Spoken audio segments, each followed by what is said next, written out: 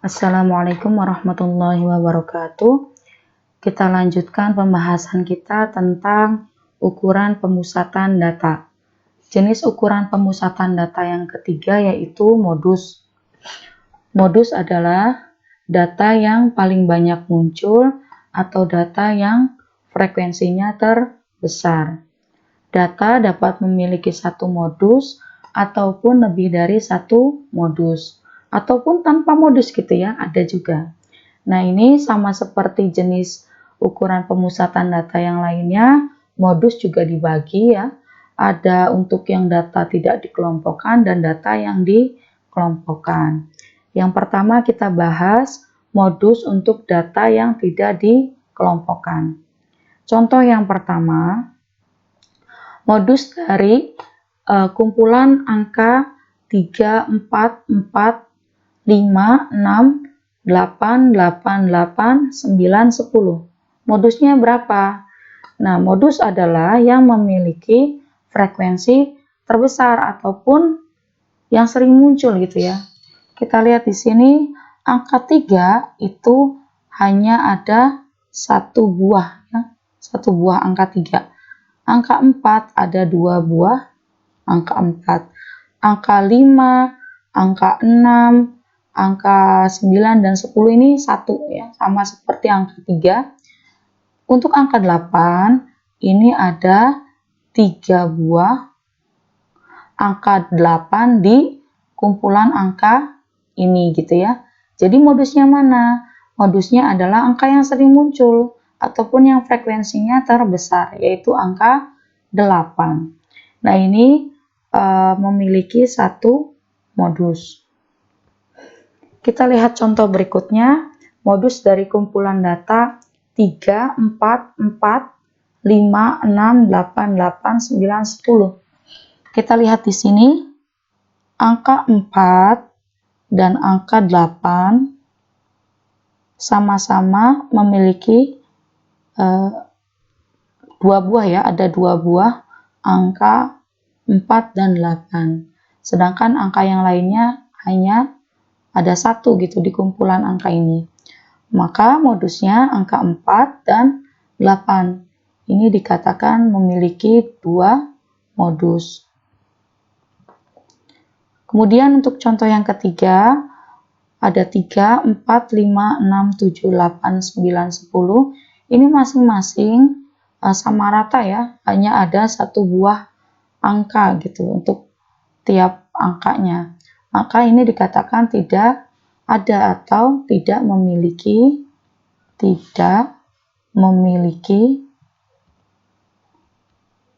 modus. Sekarang pertanyaannya, apakah untuk data yang tidak dikelompokkan ini ketika mencari modus harus diurutkan atau tidak?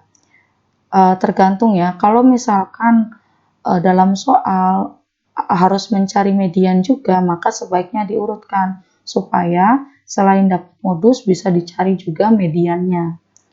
Tapi sebenarnya tidak seperti median yang harus diurutkan. Ini yang penting dicari mana data yang sering muncul gitu ya, berbeda dengan median. Baik, sekarang kita bahas modus untuk data yang dikelompokkan. Penentuan modus untuk data berkelompok itu dilakukan dengan menggunakan rumus berikut ini ya. Oke, MO atau modus sama dengan tepi kelas bawah modus ditambah selisih frekuensi modus dengan frekuensi sebelumnya per D1 sama definisinya plus D2. D2 adalah selisih frekuensi modus dengan frekuensi sesudahnya. Sedangkan CI adalah lebar kelas ya. Lebar kelas. Baik, sekarang tahapannya bagaimana cara menggunakan rumus ini gitu ya. Oke, sekarang kita tulis tahapannya. Yang pertama, dibuat tabel distribusi frekuensinya terlebih dahulu. Setelah itu dicari ya frekuensi terbesar. Nah, ini menjadi frekuensi modus. Kita bisa simbolkan misal FMO ya. Frekuensi modus. Yang keempat baru yang ketiga baru dilakukan perhitungan. Dilakukan perhitungan secara matematis ya. Matematis menggunakan rumus yang ini gitu ya. Baik, sekarang misalkan kita membuat tabel distribusi frekuensi ya. Nah, ini di bagian sini misalkan F, kemudian di sini ada F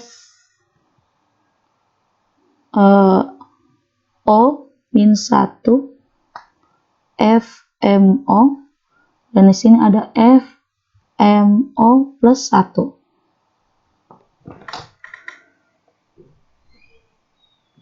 Oke, misalkan yang tertinggi adalah yang FMO, jadi frekuensi kelas modus.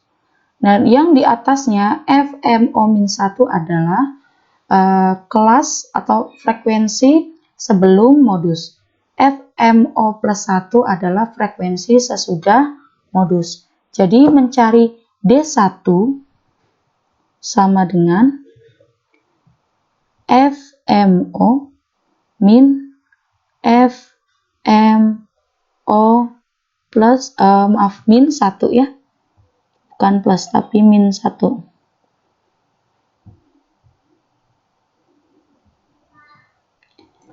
Ini min 1 frekuensi selisih frekuensi modus dengan frekuensi sebelum modus.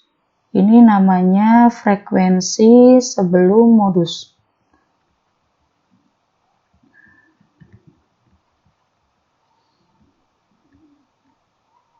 Nah, kemudian sama halnya dengan D1, D2 juga bisa kita cari rumusnya ya. D2 sama dengan F modus dikurangi FMO plus 1. FMO plus 1 adalah frekuensi sesudah atau setelah modus ya. Sesudah frekuensi modus. Oke. Itu ya. Jadi kita bisa mencari D1 dan D2 dari rumusan ini. Baik, supaya lebih jelas kita perhatikan contoh berikut ini. Sebanyak 26 mahasiswa terpilih sebagai sampel dalam penelitian kesehatan di sebuah universitas. Mahasiswa yang terpilih tersebut diukur berat badannya. Hasil pengukuran berat badan disajikan dalam bentuk data berkelompok seperti di bawah ini. Jadi sudah disajikan dalam bentuk tabel ya. Ini jadi lebih praktis. Kita tidak harus mencari dari awal gitu ya dengan pendekatan Sturges ya. Baik, sekarang bagaimana cara menjawabnya? Kita tambahkan satu kolom lagi untuk tepi kelas ya. Seperti yang sudah saya katakan bahwa tepi kelas itu dibagi dua, ada tepi kelas bawah dan ada tepi kelas atas. Tepi kelas bawah yang ini ya adalah batas kelas.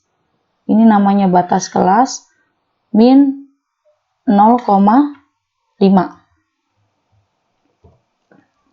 Ini min 0,5 jelas tidak, saya ganti saja supaya jelas warnanya. Nah, ini min 0,5 itu akan mendapatkan tepi kelas bawah. Sedangkan tepi kelas atas itu dari batas kelas atas ditambah 0,5. Saya lupa menjelaskan di awal ketika pembahasan membuat tabel distribusi frekuensi.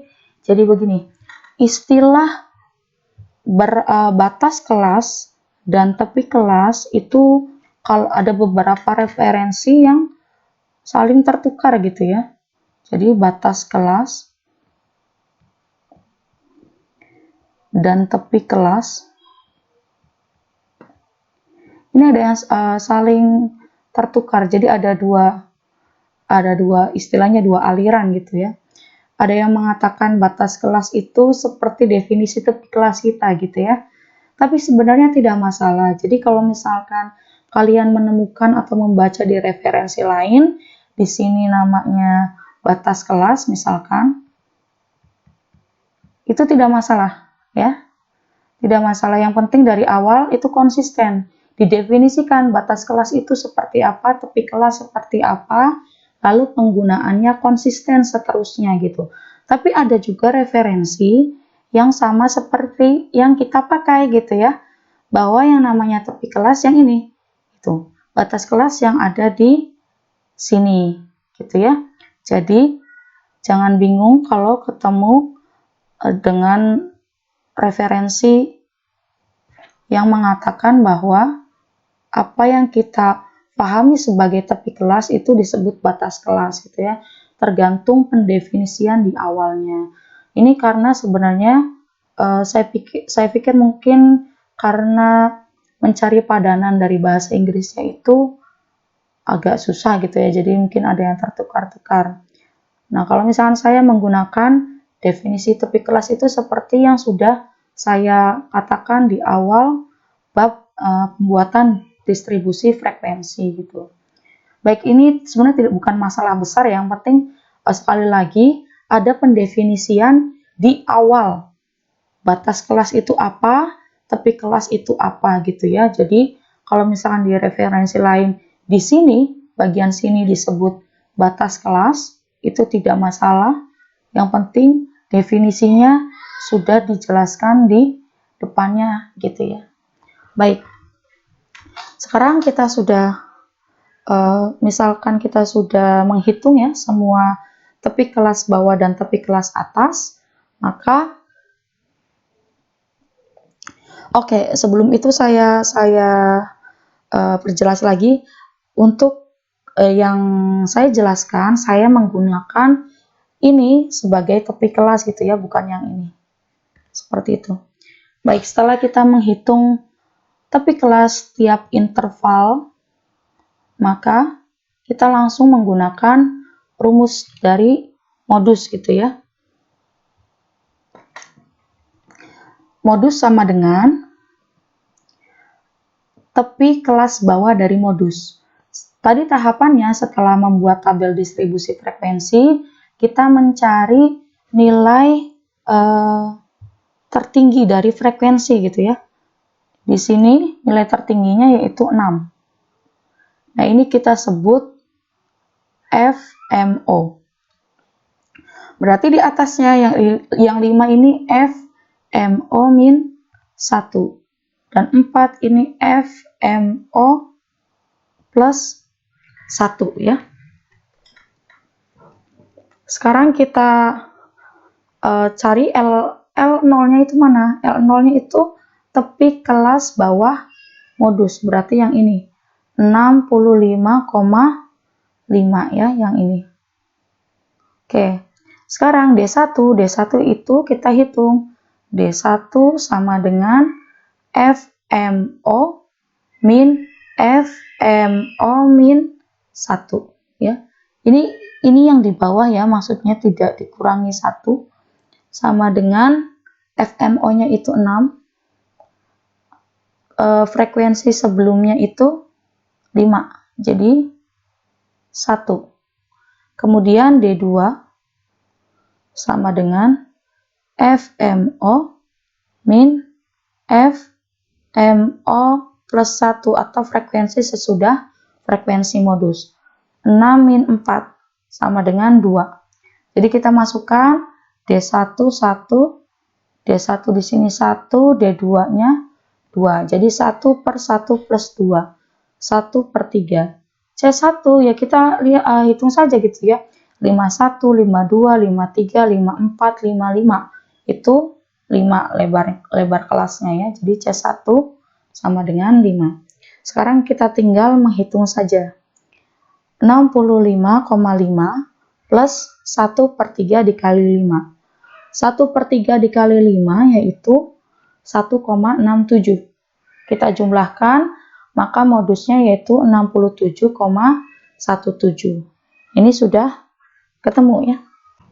Oke, sekarang kalau yang tadi yang kita lakukan adalah perhitungan secara manual, baik untuk data yang tidak dikelompokkan ataupun data yang dikelompokkan. Nah, sekarang kita bagaimana caranya menggunakan SPSS untuk mencari rata-rata hitung, median, dan modus gitu ya. Misalkan untuk data seperti ini. Baik, sekarang kita buka SPSS-nya. Kita klik ya. Seperti biasa kita ke variabel view terlebih dahulu untuk mendefinisikan variabel-variabel yang akan diinputkan gitu ya. Misalkan tadi nilai ya. Oke. Nilai mahasiswa. Untuk tipenya tetap numerik ya, karena yang akan kita masukkan itu angka. Lebarnya sesuai dengan default. Desimalnya kita turunkan menjadi 0. Label kita tulis nilai mahasiswa. Untuk value, nah ini none ya. Untuk missing none juga, karena memang tidak ada data yang dihilangkan. Kemudian kolomnya 8, ini bisa diperlebar, tapi kita sesuaikan dengan default saja. Line-nya right, measure-nya jadinya scale, karena data bukan hasil kategorisasi ya. Untuk row-nya itu input. Sekarang kita lihat data view-nya. Nah, ini ada nilai mahasiswa. Baru kalian bisa inputkan gitu ya nilai-nilai ini. 68, 73 gitu dan seterusnya. Nah, untuk mempersingkat saya kopikan saja dari Excel ya. Di sini kita paste. Oke, nah ini data yang tadi di soal. Sekarang kita masuk ke analyze. Nah, ini deskriptif statistik ya. Kalau misalkan di deskriptif ini kita pindahkan ya nilai mahasiswa ini ke kolom variabel, ke box variabel, kemudian option.